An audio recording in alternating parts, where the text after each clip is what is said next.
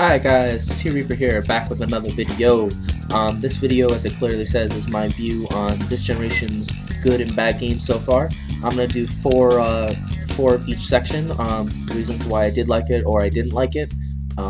Basically, it's just going to be a slight reason. Also, this is just my view of each game. You don't have to agree with me, of course.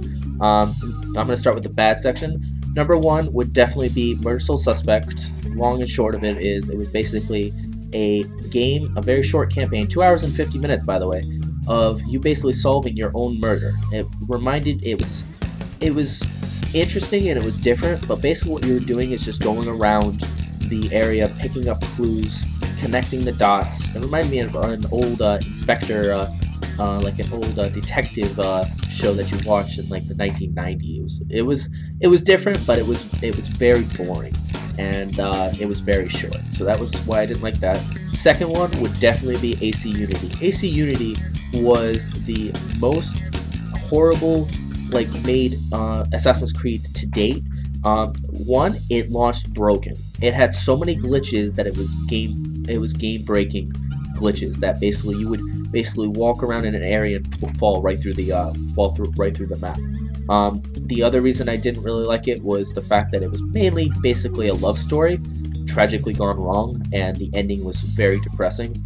But you know, since the game launched broken, they did give you the first DLC free, so that was kind of cool. Also, the game was so broken that at the very end, when I did it, I had to do the last mission twice, because the first time I did it, it glitched, and I basically hit a glitch, and it basically broke the game. So I had to do the last mission twice. But that was the only time I ran into a game breaking glitch, was at the very end. So I was lucky. I know other people that didn't do that. The third one would be Metal Gear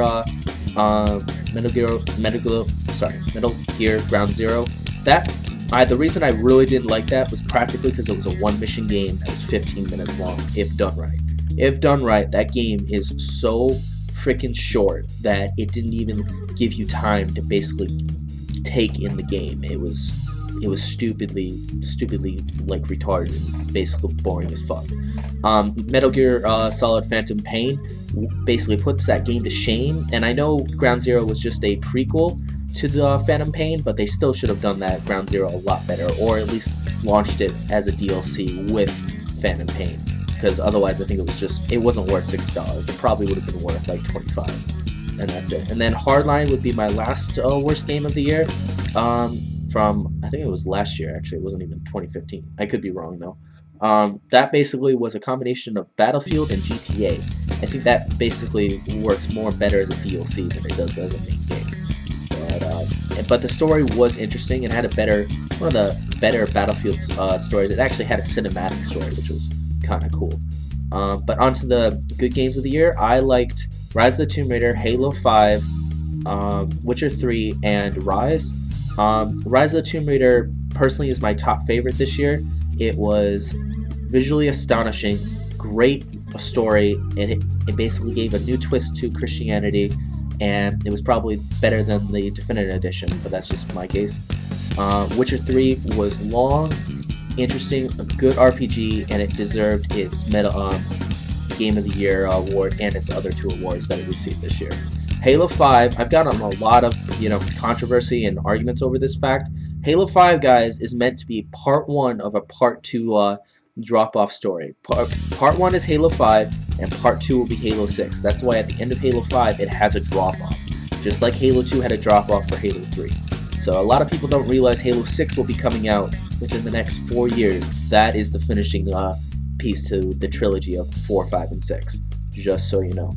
And Rise, I've always been a really big Roman fan, so I liked the Roman Centurion and the old Roman setting.